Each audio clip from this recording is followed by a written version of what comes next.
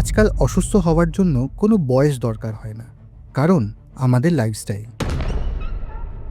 দীর্ঘ সময় বসে থাকা, অনিয়মিত খাবার, ফাস্ট ফুডের অভ্যাস, কম ঘুম আর মানসিক চাপ, এই সব কিছু মিলিয়ে ধীরে ধীরে জন্ম নেয় ওবেসিটি।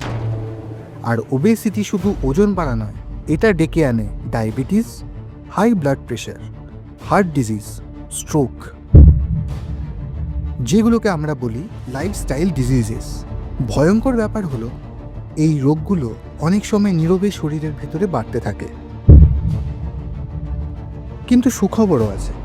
সঠিক খাবার, নিয়মিত হাঁটাচলা বা শরীরচর্চা, পর্যাপ্ত ঘুম আর নিজের শরীরের কথা শোনা, এই ছোট ছোট পরিবর্তনই বড় রোগ থেকে বাঁচাতে পারে।